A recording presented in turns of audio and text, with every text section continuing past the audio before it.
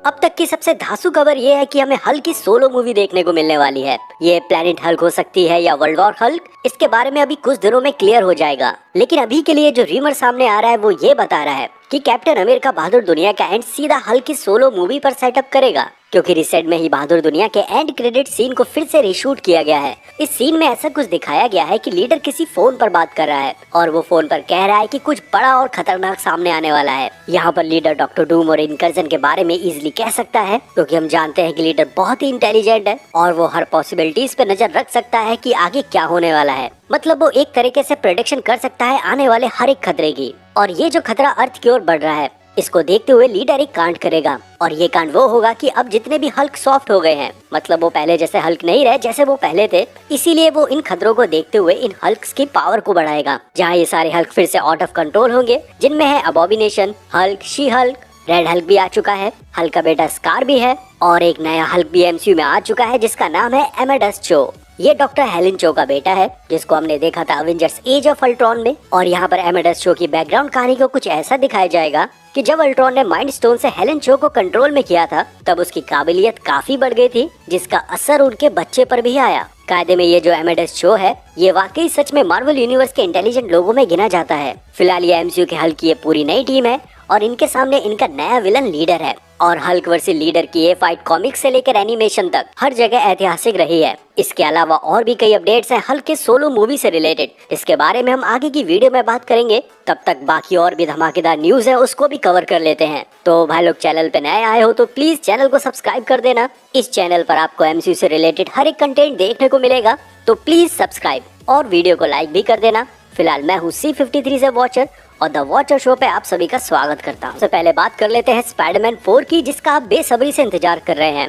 यहाँ पर news rumours के साथ कई सारी थ्योरीज को भी कवर किया जाएगा, तो इसलिए लगातार बने रहना। तो स्पाइडरमैन 4 के लिए नल को एज ए विलन कंफर्म कर दिया गया है और आगे नल वैनम के बाद स्पाइडरमैन के साथ दिखने वाला है। यहाँ वैनम द लास्ट डांस में नल का रोल सिर्फ 4 या 5 मिनट का ही होगा और इन्हीं कुछ मिनटों में नल को मल्टीवर्सल विलन के तौर पे तैयार कर देंगे। और हाँ, स्पाइडरमैन की अगली जो 3 मूवी आने वाली हैं, उन तीनों मूवी में नल लगातार बना रहेगा। इसको स्पाइडरवर्स का एक तरह का थैनोस समझ लो, जिसका फिनाले एकदम ग्रांड होने वाला है। स्पाइडरमैन 4 मूवी के टाइटल के बारे में भी लगातार चर्चा हो रही है, जहां अब ये बताया जा रहा है कि इस मूवी का नाम स्पाइडरमैन किंग इन ब्लैक हो सकता है। किंग इन ब्लैक नल की फेमस कॉमिक्स में से एक है, जहां नल ने जिंदा कत्लेआम मचाया था। नल का नाम स्पाइडरमैन से जुड़ने के साथ अब ये उम्मीद जताई जा रही है कि जो स्पाइडरमैन की ट्रिलॉजी हमें आगे देखने को मिलेगी, वो एक अवेंजर्स लेवल की मूवी होगी। वहीं जो हमारे फेवरेट स्पाइडरमैन टोबी और एंड्रू हैं, वो भी इस मूवी में वापसी करने वाले हैं। लेकिन इन सब के बीच में एक प्रॉब्लम भी है, वो है एमसीयू का रिबूट। तो हमें पता है कि एमसीयू सीक्रेट वॉर के बाद एक सॉफ्ट रिबूट करेगा, जिसकी वजह से कई एक्टर को रिकास्ट किया जाएगा, जिसमें हमारा कैंग भी है, साथ ही टचाला ब्लैक पैंथर भी है और कुछ ऐसे अल्टरनेट यूनिवर्स भी होंगे जिस पर एमसीयू आगे जाके काम भी करेगा। ये मल्टीवर्सल सागा के बाद ये सारी चीजें टाइमलेस सागा में जुड़ेंगी। और इसी को लेकर यहाँ पर चौंकाने वाला र्यूमर ये भी सामने आ रहा है कि जो इस टाइमलेस सागा के लिए जो मेन विलन होने वाला है, वो कैंग द कॉन्करर होगा।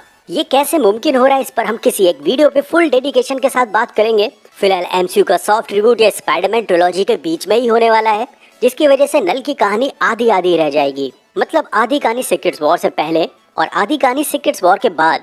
और अब आप में से कुछ लोग ये सोच रहे होंगे कि जब डॉक्टर डूम बैटल वर्ल्ड को क्रिएट करेगा, तब नल का क्या होगा? तब तो कोई टाइमलाइंस और मल्टीवर्स भी नहीं है, तो नल का अस्तित्व तो खत्म हो जाना चाहिए। तो इसका आंसर आपको नल के ओरिजिन स्टोरी में मिल जाएगा। नल वो बीइंग है जो डार्कनेस में पैदा हुआ है। उसके सामने कई बार मल्टीवर्स बने और नष्ट हुए, और जब कुछ नहीं बचता था तब नल यूनिवर्स के डार्कनेस में शांति से रहता था। और इसीलिए जब मल्टीवर्स मिटेगा, टाइमलाइंस मिटेगी और बैटल वर्ल्ड क्रिएट होगा, तब भी नल का वजूद हमेशा जिंदा रहेगा। वहीं एडी ब्रॉक का वैनम जो 616 पे आ चुका है, वो टॉम हॉलैंड स्पाइडरमैन के लिए पहले वैनम को सेटअप करेगा। और इधर एडी ब्रॉक नल के बारे में सब कुछ जानता है, जिसकी वजह से आगे जाके टॉम हॉलैंड स्पाइडरमैन के साथ इसका टीम अप भी होगा। वहीं एक चीज हमें और भी समझनी है कि अगली जो स्पाइडरमैन 4 मूवी होने वाली है, जहां पीटर को उसका वैनम तो मिलेगा, लेकिन क्या ये वैनम वैसे ही बात करेगा जैसे एडी ब्रॉक का वैनम उससे करता है? अगर ये ऐसा हुआ तो चीजें बदल जाएंगी। और अगर इस वैनम को ऐसा दिखाया गया जैसा टोबी मैगवायर का वैनम था, तो भी कहानी पूरी ढंग से बदल जाएगी।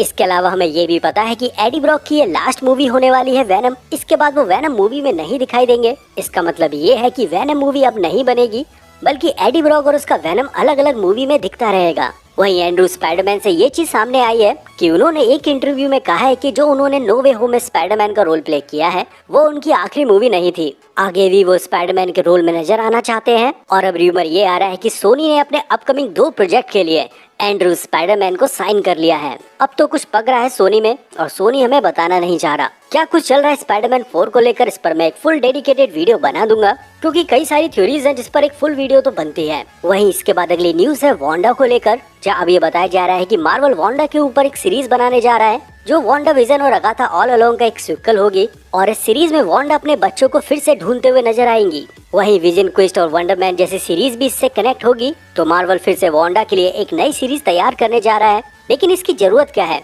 मुझे इन सब के पीछे का एक ही रीजन लगता है, वो है एक्समैन। हमारी जो एमसीयू की अपकमिंग एक्समैन मूवी है उसमें वांडा तो की रोल में होंगी। साथ ही अब मार्वल वांडा की स्टोरी लाइन को house of M comic series के हिसाब से दिखाने की कोशिश कर रहा है और house of M comic series इस यूनिवर्स में पॉसिबल तो नहीं है, मतलब 616 में तो नहीं है। इसके लिए मार्वल को एक अल्टरनेट यूनिवर्स चुनना पड़ेगा जहां वांडा की कहानी को ऐसे दिखाया जाए जैसे वो डिजर्व करती थी कॉमिक्स में। इसके बाद कैप्टन अमेरिका बहादुर दुनिया से ये क्लियर कर दिया है कि इसमें हमें रूथ सेब्रा नाम से एक कैरेक्टर इंट्रोड्यूस होने वाली थी और उसकी बैक स्टोरी इजराइल से जुड़ी हुई थी। और अभी जो करंट सिचुएशन में इजराइल के साथ चल रहा है, इसको देखते हुए सेब्रा के जितने भी सीन है इजराइल से रिलेटेड उनको हटा दिया गया है। वही हमें ये भी क्लियर कर दिया है कि ये जो कैरेक्टर सेब्रा है ये एक तरह की म्यूटेंट होगी जो अभी के लिए पावरलेस है, जिसकी पावर न जाने कैसे खो गई है और इसने ब्लैक विडो प्रोग्राम भी ज्वाइन किया था, इसीलिए ये एक ब्लैक विडो भी है। फिलहाल इजराइल के काफी सीन इसमें दिखने वाले थे, इसकी बैक स्टोरी के साथ उन सबको हटा दिया गया है। इसके बाद मार्वल का जो अपकमिंग प्रोजेक्ट है सिल्वर सर्फर, उस पर काम करना चालू हो चुका है और मैट शैकमैन जो फैंटास्टिक 4 पे काम कर रहे हैं वो इस प्रोजेक्ट पर काम करेंगे। इसके बाद जो हमारी विजन क्वेस्ट सीरीज है उसमें अल्ट्रॉन हमें एक ह्यूमन फॉर्म में दिखाई देगा और नो डाउट ये चीज उसने विजन को ही देखकर ही सीखा होगा। वहीं जोकर 2 के निराशाजनक प्रदर्शन के बाद टॉड फिलिप का ये कहना है कि उन्होंने डीसी से डन कर लिया है, मतलब वो आगे किसी भी डीसी मूवी के साथ आगे काम नहीं करना चाहते। भाई का पैसा गया है तो बुरा तो लगा ही होगा। वहीं जो स्पाइडरमैन नोआर की एक और सीरीज है जो अमेज़न पे आने वाली है, उससे रिलेटेड कई सारे सेट फुटेज हमारे सामने आए हैं और इस जगह आप निकोलस केज के हाथ में डेली वीगल का न्यूज़पेपर भी देख सकते हो। तो काफी कुछ चल रहा है इस सीरीज को लेकर। जैसे नए अपडेट्स आते हैं तो इस पर भी एक फुल डेडिकेटेड वीडियो बना दूंगा। इसके बाद डेयरडेविल बॉर्न अगेन से ये क्लियर कर दिया गया है कि इसका ट्रेलर अब पूरी तरह से तैयार है और इस साल के एंड तक वो कभी भी इसको ड्रॉप कर सकते हैं। उम्मीद ये है कि ये ट्रेलर हमें नवंबर की शुरुआत में देखने को मिल सकता है, तो नजर टिका के रखना। इसके बाद अगली अपडेट है नोवा सीरीज से, जहां ये बताया जा रहा है कि एक्टर जोलो मरियो ढूना को कास्ट कर लिया गया है नोवा सीरीज के लिए और ये प्ले करेंगे सैम अलेक्जेंडर का रोल, जो दरअसल नोवा ही है जिसको स्पाइडी उल्टी बाल्टी कहता था। वहीं इसके राइटिंग वर्क का काम है शबीर के हाथों, जिन्होंने मिस मार्वल सीरीज की स्टोरी लाइन की है। अब बस देखना यह है कि मार्वल कहीं इस कैरेक्टर को भी क्रिंज ना कर दे, क्योंकि सच में नोवा बहुत ही पावरफुल है और जैसा हम एनिमेटेड शोज और कॉमिक्स में देखते हुए आ रहे हैं, अगर ये वैसा नहीं निकला तो सच में मार्वल फैंस का दिल फिर से टूटने वाला है। वहीं मार्वल अब हमें एकदम नई कॉन्सल दिखाने जा रहा है। जैसा आपने कॉन्सल ऑफ कैंग्स को देखा था, वैसे ही मार्वल अब हमें कॉन्सल ऑफ रीड से इंट्रोड्यूस कराने जा रहा है। ये अपीयरेंस होंगे अवेंजर सीक्रेट्स वॉर में, लेकिन उससे पहले ये फैंटास्टिक 4 में इनकी एक छोटी सी झलक दिखा दी जाएगी। वही हमारे सुपरमैन हेनरी की तरफ से ये रूमर सामने आ रहा है कि ये आगे हमें देखने को मिलेंगे, पर ये कंफर्म नहीं है कि ये कैवल रीन के रोल में आएंगे या किसी दूसरे रोल में। मुझे लगता है कि ये बंदा बियॉन्डर के कैरेक्टर में ज्यादा फिट बैठेगा। आप इस एक्टर को आगे कौन से रोल में देखना चाहोगे, नीचे कमेंट बॉक्स में बता देना। वहीं इसके बाद वेनम द लास्ट डांस के एंड क्रेडिट सीन को लेकर ये रूमर सामने आ रहा है कि इसके एंड क्रेडिट सीन में हमें एडी ब्रॉक मेन स्पाइडरमैन को ढूंढता हुआ नजर आएगा न्यूयॉर्क की गलियों में।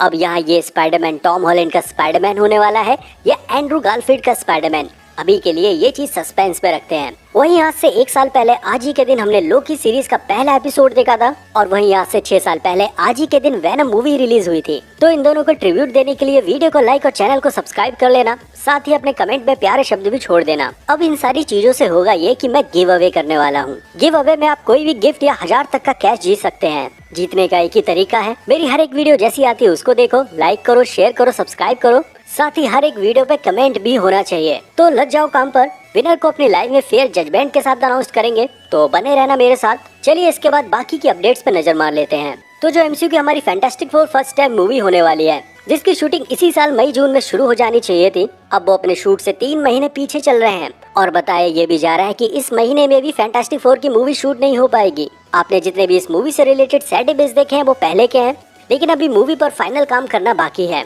और कास्ट अपने दूसरे प्रोजेक्ट पर भी बिजी है।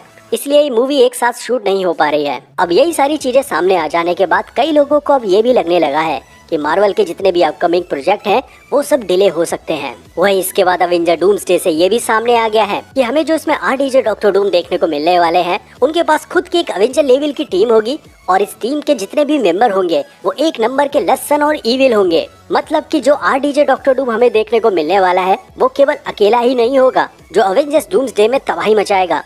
इसके साथ इसकी एक ईविल टीम भी होगी और हो सकता है कि ये ईविल वेरिएंट वाली टीम 2012 वाले एवेंजर्स का टीम अप हो, जो किसी दूसरे अल्टरनेट यूनिवर्स के एक ईविल वेरिएंट हो और इन सभी को अलग अलग यूनिवर्स से एक साथ लाया हो। इसके बाद सिडनी स्विनी से ये रूमर है कि ये हमें दिख सकते हैं स्पाइडरमैन 4 में, वो भी ब्लैक कैट के रोल में। सोनी ने ये रोल स्विनी को खुद ऑफर किया है, बस इंतजार करते हैं कि ये कंफर्मेशन कब तक क्लियर होती है। फिर इसके बाद डॉक्टर स्ट्रेंज से ये अपडेट है कि 2025 में इनका शेड्यूल काफी बिजी रहने वाला है। पहला शेड्यूल है इनका अवेंजर्स डूम्सडे की मूवी को लेकर, दूसरा डॉक्टर स्ट्रेंज 3 के बारे में है और अगले साल फैंटास्टिक 4 के बाद जब कॉमिक कॉन होगा 2025 में, तब आप डॉक्टर स्ट्रेंज 3 और अवेंजर डूम्सडे के फर्स्ट लुक को भी देख सकते हो। वहीं अगली साल बैटमैन 2 की भी शूटिंग शुरू हो जाएगी। इसके राइटर मैट ने कंफर्म कर दिया है कि उन्होंने बैटमैन 2 की स्क्रिप्ट राइटिंग कंप्लीट कर ली है और ये जो हमारी रॉबर्ट पैटिंसन की बैटमैन होने वाली है, ये पूरी मूवी विंटर सीजन पर टेक प्लेस करेगी। तो स्नो, बैटमैन और हंट के लिए तैयार रहो। इसके बाद टॉम हॉलैंड के भाई हैरी हॉलैंड से ये चीज सामने आ गई है कि डेडपूल एंड वुल्वरीन में जो हमने वेरिएंट्स की सेना देखी थी,